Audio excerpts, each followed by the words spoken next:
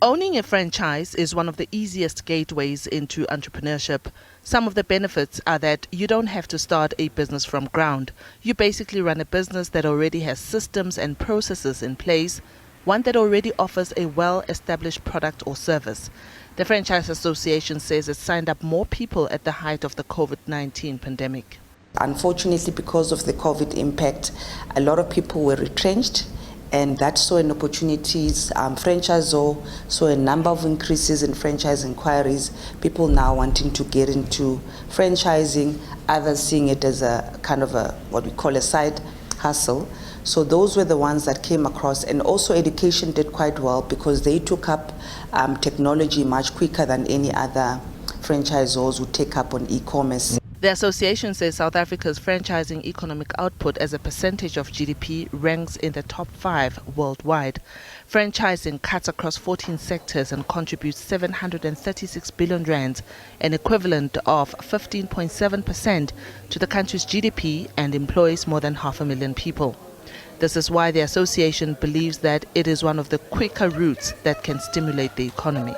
In June, we actually hosted the minister in Malaysia, and they've got a very interesting concept which we actually want to lobby for with our local government, that franchising should actually form part of small business development, because we've seen how the winning formulas of entrepreneurship, small business development and job creation weave together to stimulate the economy. So they were here saying, here are brands that want to come into South Africa, but we are also looking at these brands that want to that we want to take into Malaysia, and that is controlled by government. The funding is there, jobs are created, it benefits the locals. So that is our plight now, that we're saying we want to work very closely with government to ensure that franchising is seen as a governing body, and also learn from Malaysia. Franchising is actually an act in Malaysia in terms of stimulating the economy. The chief executive of Cash Converters agrees with the sentiment, calling on government, civil society and business to support franchising as a business model to help grow the economy. As South Africans, we are entrepreneurial. We make things happen. But there seems to be so many potholes in the road, if I can use that expression, in trying to allow people and emphasize to people that growing this economy by encouraging small business, particularly in the franchise industry, must be the route to go. So the challenges are life skills, effectively, in general. If you're looking for franchisees, what are their life skills, what are their background, what are their business understanding? That context is a challenge. So it talks to education, it talks to the politicians trying to free up the amount of administrative and bureaucratic gatekeeping that is happening.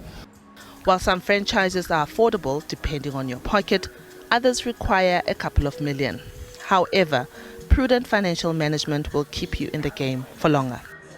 So at a high level, the total investment is 4 million rand, and maybe to go back to what Lorette was saying, generally in the franchising industry, you're not going to want to raise debt more than 50% of your total investment, and that talks to the affordability, and particularly in our business as well, because we're lending money, the cash flow at the front end is very important.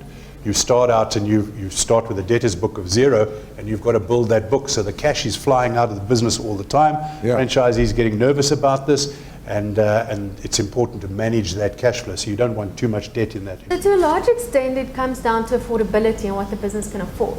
But there's a couple of things that you do need to bear in mind when we look at the quantum of finance that we give for a certain deal. So we won't necessarily go out and say, let's do 100% gearing against the business, because there's certain things you need to actually consider. You know, one is the affordability, two is the actual balance sheet and solvency and having that equity and that owner being committed to it. And then there's obviously the brand regulations, because the higher the gearing and the more we actually load on a business, the more risk it is to a brand ultimately. You know, the more you gear it, the more the risk is of closure. It is a fact that businesses fail due to a variety of reasons, and being part of a franchising group is no exception. But the failure rates are said to be lower.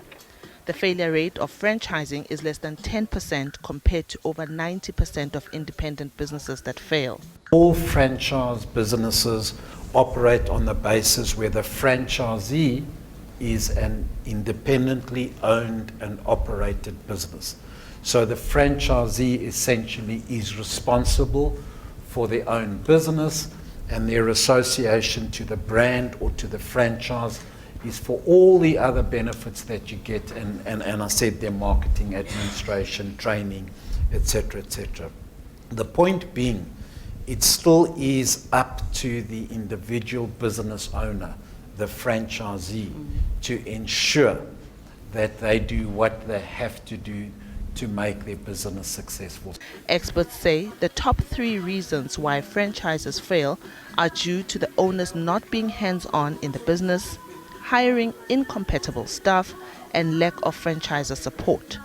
For success, it is encouraged that the franchisee engages their franchisor, develop a relationship, be proactive, and remember that at the end of the day, it is your business. Diabosito, SABC News, Johannesburg.